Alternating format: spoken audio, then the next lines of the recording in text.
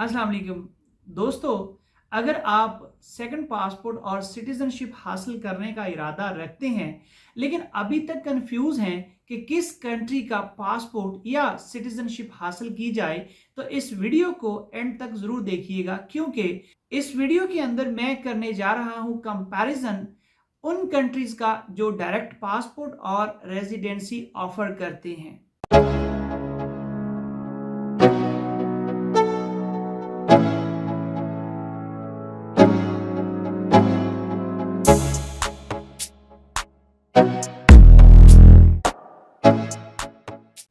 सबसे पहले मैं बताता चलूं कि पुर्तगाल ने ऑलरेडी ये प्रोग्राम खत्म कर दिया है, इसलिए यूरोप में हमारे पास ऑप्शन बचती हैं सिर्फ तीन। सबसे पहले हमारे पास ग्रीस की ऑप्शन है जो कि 2,50,000 यूरो पे रेजिडेंसी मिलती है। सेकंड पे माल्टा है 3,80,000 यूरो, और एंड पे स्पेन है 5 लाख यूरो की इन्वेस्टमेंट से आपको रेजिडेंसी मिलती है। आज की हमारी ये जो वीडियो है उस रेस में यूरोप इसलिए शामिल नहीं होता क्योंकि इतनी बड़ी इन्वेस्टमेंट करने के बावजूद आपको पासपोर्ट जो है 5 से 7 साल बाद मिलेगा। इमीडिएटली आपको रेजिडेंस मिलेगी, जिससे आपको ये हक हासिल होगा कि आप उस कंट्री के अंदर अपनी रिहाइश रखें, एजुकेशन लें, हेल्थ फैसिलिटीज इंजॉय करें, लेकिन इसके साथ साथ आप उन 26 से 27 कंट्रीज जो शेंजन जोन के अंदर हैं उनमें फ्रीली ट्रैवल कर सकते हैं और अप टू 90 डेज आप स्टे भी कर सकते हैं। लेकिन आपके पास चूंकि पासपोर्ट नहीं होगा तो जो वीजा फ्री ट्रैवल है वो आपके लिए पॉसिबल नहीं होगा।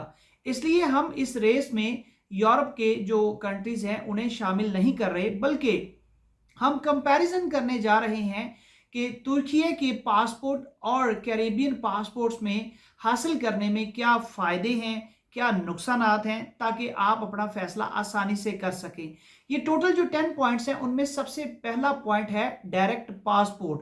डायरेक्ट पासपोर्ट दोनों कंट्रीज ऑफर कर रहे हैं, तुर्की और कैरेबियन। 3 to 4 मंथ्स के अंदर आप डायरेक्ट पासपोर्ट दोनों का हासिल कर सकते हैं।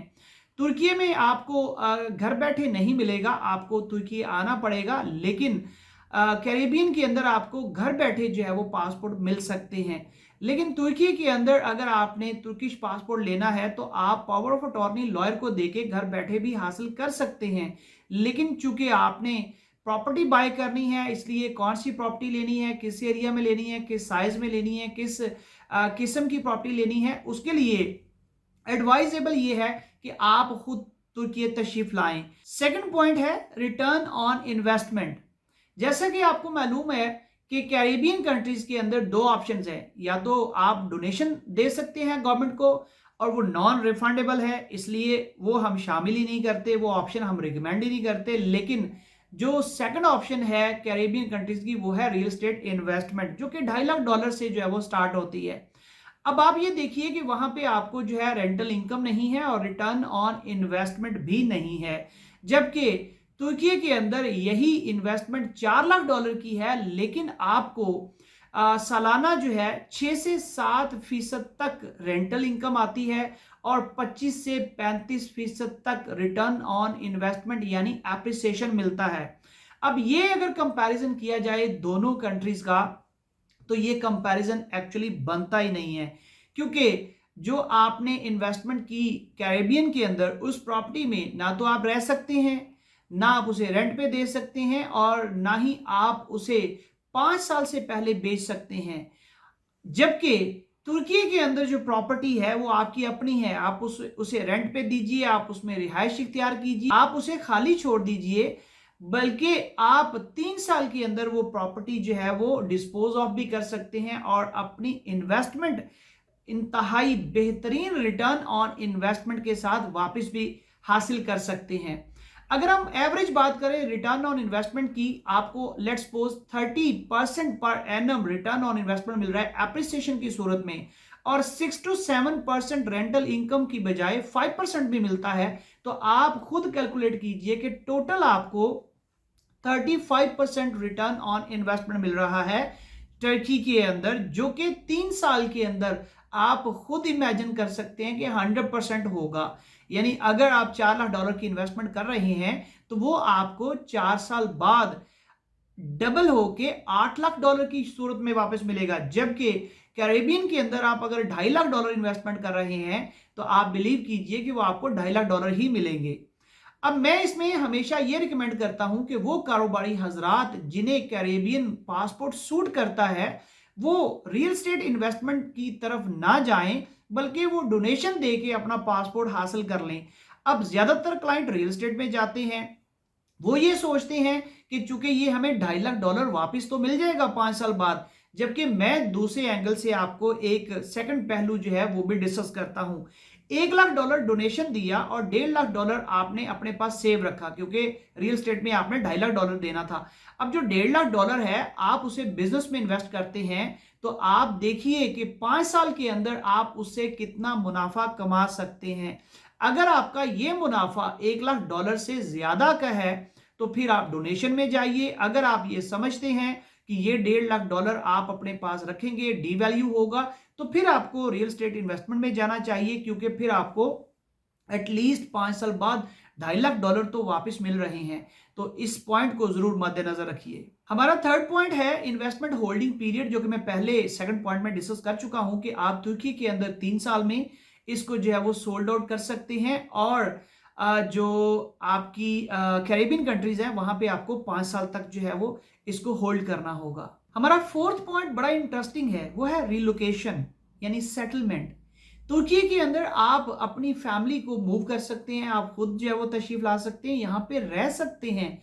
अगर आप रहना नहीं चाहते आप यहाँ पे अपनी समर हॉलीडेज एंटरटेन कर सकते हैं, जबकि कैरेबियन के अंदर आपको ये अपॉर्चुनिटी नहीं मिलेगी। अब अगर आपके पास कैरेबियन कंट्री का पासपोर्ट है और आप ये समझते हैं कि चूंकि उस पर आपको जो है वो यूरोप की एक्सेस हासिल है, तो यूरोप में भी आप रिलोकेट नहीं हो सकते, बल्कि मैक्सिमम 90 डेज तक का पीरियड आप वहां पर रह सकते हैं। इसलिए कैरेबियन के साथ आपको ट्रैवल की जो एक्सेस है वो जरूर शेंजन कंट्री की मिल रही है, लेकिन रिलोकेशन के लिहाज से तुर्की का पॉइंट फिर भी प्लस में है। नंबर 5 हमारा पॉइंट रिलीजियस एटमॉस्फेयर के हवाले से है। देखिए, जब आप किसी कंट्री के अंदर रह रहे हों और आपको 5 वक्त जो है अजान की आवाज कानों में सुनाई दे, तो ये आपको ऐसा सुरूर बख्शती है कि जिसका अंदाजा सिर्फ मुसलमान ही कर सकते हैं। इसके साथ साथ हलाल फूड है, आपके पास एक ऐसा कल्चर है जो कि एशियन और यूरोपियन का मिक्सचर है, तो ये आपको जो है वो कहीं और नहीं मिलेगा, सिर्फ तुर्की में मिलेगा। जबकि आप ये चीजें जो है कैरेबियन कंट्रीज के अंदर जो है वो हासिल नहीं कर सकते। जी, हमारा 6 पॉइंट है बिजनेस अपॉर्चुनिटीज। कैरेबियन कंट्री के पासपोर्ट के साथ आपको टैक्स की जो छूट है वो तो यकीनन मिलती है, लेकिन बिजनेस की अपॉर्चुनिटीज जो है वो कैरेबियन कंट्रीज के अंदर नहीं है, जबकि तुर्की के अंदर बेहतरीन बिजनेस अपॉर्चुनिटीज हैं। अगर हम यहां पर बात करें कि प्रॉब्लम कहां आती है तो वो है लैंग्वेज बैरियर। आप बिलीव कीजिए, तुर्की के अंदर जितने भी इंटरनेशनल कंपनीज हैं उनके सीईओज और उनके जो चेयरमैन हैं गालिबन उन्हें लैंग्वेज नहीं आती, लेकिन वो फिर भी एक बड़ा बिजनेस जो है वो चला रहे हैं। वजह क्या है? चूंकि लैंग्वेज बैरियर उस वक्त तक है जब आपको खुद कम्युनिकेट करना है, लेकिन जब आप अपना स्टाफ हायर कर लेंगे फिर ये बैरियर भी खत्म हो जाता है। यहाँ पर एक्सपोर्ट की बहुत बड़ी मार्केट है, आप बहुत सारी चीजें एक्सपोर्ट कर सकते हैं। अगर हम बात करें पर्टिकुलरली देसी बिजनेस की, तो उसमें फार्मिंग है, कैटल फार्मिंग है, आपकी जो एग्रीकल्चर है, और ये जो चीजें हैं वो आप अगर यहाँ से एक्सपोर्ट करते हैं तो बहुत बड़ी अपॉर्चुनिटी है, जबकि कैरेबियन कंट्रीज के अंदर ये ऑप्शन आपको नहीं मिलेगी। आप वहां तक आपके लिए जो ट्रैवल है वही आसान नहीं है। जबकि तुर्की के अंदर तो आपको पता है कि पाकिस्तान, इंडिया, बांग्लादेश और ये जितने भी हमारे कंट्रीज हैं, इवन दुबई में, सऊदी अरेबिया में हमारी डायरेक्ट फ्लाइट्स हैं। मैक्सिमम ड्यूरेशन जो है वो 5.5 आवर्स का है। तो ये जो ऑप्शन है ये आपको कैरेबियन में नहीं मिलेगी, इवन यूरोप में भी नहीं मिलेगी। जी, तो हमारा 7th पॉइंट है वीजा फ्री ट्रैवल। अब ये बड़ा इंटरेस्टिंग पॉइंट है, क्योंकि हमारे माइंड के अंदर जो है वो एक चीज हमेशा बैठी हुई है कि यार यूरोप की एक्सेस जो है वो होनी चाहिए। यकीनन कैरेबियन पासपोर्ट के साथ आपको यूरोप की एक्सेस है। आप अप्रोक्सीमेटली 145 इवन 154 कंट्रीज तक ट्रैवल कर सकते हैं कैरेबियन पासपोर्ट के ऊपर। लेकिन जो टर्किश पासपोर्ट है उसके साथ आपको 111 कंट्रीज ऑलमोस्ट जो है वीजा फ्री ट्रैवल है या वीजा ऑन अराइवल है। अब सारे कंट्रीज शामिल हैं सिवाय शेंजन के, यानी आपके पास टर्किश पासपोर्ट के ऊपर शेंजन जोन के जो कंट्रीज हैं उनकी एक्सेस जो है वो नहीं है। यहां पे पॉइंट ये है कि टर्किश पासपोर्ट के साथ आप यूरोप के किसी भी कंट्री का वीजा आसानी से हासिल कर सकते हैं। जब आपकी कंट्री के साथ टाइज स्ट्रांग होती हैं तो कोई भी कंट्री आपको वीजा रिफ्यूज नहीं करता।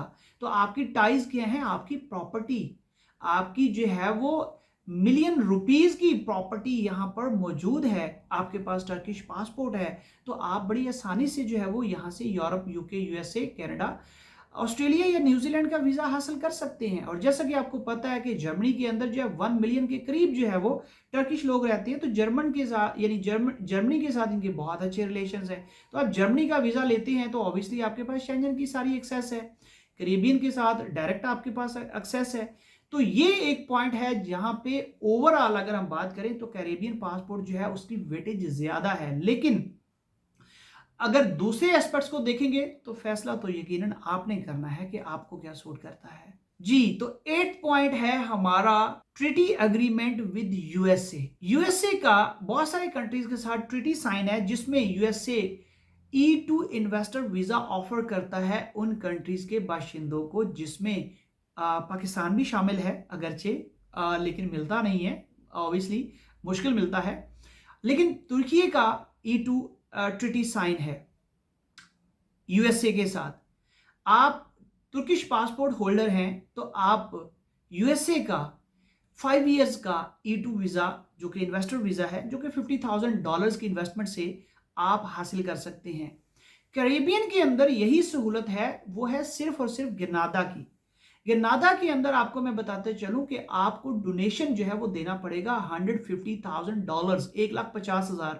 और अगर आप जाते हैं रियल एस्टेट इन्वेस्टमेंट में तो $2.5 लाख की इन्वेस्टमेंट है, $50,000 आपको डोनेशन देना है, यानी $2,70,000 की वहां पे जो है वो आपकी इन्वेस्टमेंट है। यहां पे आपकी जो है वो $4 लाख है। दोनों का E2 वीजा जो है वो स्टार्ट है। और अगर हम यूएसए का जो इन्वेस्टर वीजा है अगर उसकी बात करें तो वो $8 लाख का है। तो आप $8 लाख इन्वेस्ट करके अगर आपको यूएसए का जो ग्रीन कार्ड मिलता है उसकी बजाय $4 लाख में आप टर्किश पासपोर्ट लीजिए, 50,000 $1 लाख मजीद खर्च कीजिए, E5 वीजा हासिल कीजिए, तो $5 लाख मैक्सिमम, $4.5 से $5 लाख के अंदर आपके पास जो है वो यूएसए की एक्सेस है।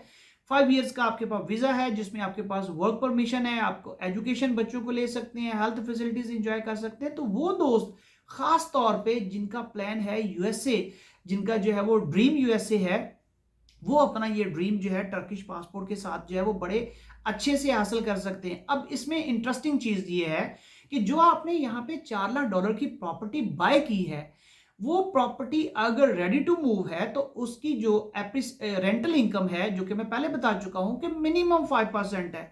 तो आप ये देखिए कि आपकी वो एक साल के अंदर अप्रोक्सीमेटली $20,000 है। $20,000 का मतलब ये है कि अप्रोक्सीमेटली $1,600 आपको महाना आ रहे हैं। तो आप वही इनकम जो है अपने यूएसए के एक्सपेंसेस के लिए जो है वो मेड कर सकते हैं। इवन आपके पास यूएसए के अंदर जॉब की और बिजनेस की ऑप्शंस मौजूद हैं, लेकिन फिर भी ये आपको इनकम आएगी। यही चीज जब आप जाएंगे ग्रेनाडा यानी कैरेबियन के अंदर तो आपको वहां से इनकम नहीं आएगी। तो ये एक बहुत बड़ा जो है वो प्लस पॉइंट है तुर्किश पासपोर्ट का, और इस E2 ट्रीटी की वजह से इसकी वेटेज जो है वो ज्यादा है। जी, तो दोस्तों ये है वो सारे पॉइंट्स जो मैंने आपके सामने डिस्कस किए। आप इनकी बेसिस के ऊपर अपने प्लान के मुताबिक आपको सूट क्या करता है अपना डिसीजन लीजिए। एक बात मैं आपको बताता चलूं कि हमारी कंपनी अल्हम्दुलिल्लाह ग्लोबल पासपोर्ट और रेजिडेंसी को डील कर रही है। आपको किसी कंट्री का रेजिडेंस परमिट चाहिए या आपको डायरेक्ट पासपोर्ट चाहिए कैरेबियन के या तुर्की के अंदर, तो आप हमसे कांटेक्ट कर सकते हैं। इंपॉर्टेंट चीज़ ये है कि तुर्किश पासपोर्ट हासिल करने के लिए चूंकि इन्वेस्टमेंट करनी है रियल एस्टेट के अंदर, तो रियल एस्टेट में हम अपना जो कमीशन है वो आपके साथ शेयर कर रहे होते हैं, जो कि हमें जो है वो मिल रहा होता है कमीशन डेवलपर की तरफ से। और ये बहुत बड़ी आपको जो है वो न्यूज़ मैं दे रहा हूं कि हम आपको एक्स्ट्रा जो डिस्काउंट है वो ऑफर करते हैं। अगर आप मल्टी मुल्क कंसल्टेंसी के थ्रू अपने इन्वेस्टमेंट करते हैं तो हम आपको एक्स्ट्रा डिस्काउंट जो है वो देंगे। इसके साथ साथ कैरेबियन या यूरोपियन कंट्रीज के रेजिडेंस कार्ड आप इंटरेस्टेड हैं हासिल करने के लिए, तो उसके लिए भी आप हमसे कांटेक्ट कर सकते हैं। अपनी अपॉइंटमेंट सेट कीजिए। याद रखिएगा, कोई भी काम है उसका करने का एक तरीकाकार होता है, और तरीकाकार ये होता है कि आप सिंपल ये मैसेज ना कीजिए कि सेंड मी डिटेल्स। अब किसकी डिटेल भाई कैसे आपको सेंड कर दें? हमारे पास जो है वो 50 के करीब ऑप्शंस हैं रेजिडेंसी की और पासपोर्ट की, तो हम 50 की 50 कैसे शेयर कर सकते हैं? उसका तरीकाकार ये होता है कि आप जैसे डॉक्टर के पास जाते हैं, डॉक्टर को जाके अपना पहले मर्ज बताते हैं और उसके बाद वो डायग्नोज करता है, और डायग्नोज करने के बाद डॉक्टर आपको जो है आपके मर्ज के मुताबिक जो है वो मेडिसिन तजवीज़ करता है। तो कंसल्टेंट जो है या कंसल्टेंसी फर्म जो है वो भी बिल्कुल इसी तरह करती है। आप पहले अपना सारा जो प्लान है वो शेयर कीजिए, हमसे डिस्कस कीजिए, फिर हमारी राय लीजिए, और उसके बाद फिर अपना जो है वो प्लान फाइनल कीजिए। और जब फाइनल करेंगे उसके रेलिवेंट इंफॉर्मेशन जो है वो फिर हम आपके साथ जो है वो शेयर करेंगे रिटर्न फॉर्म में।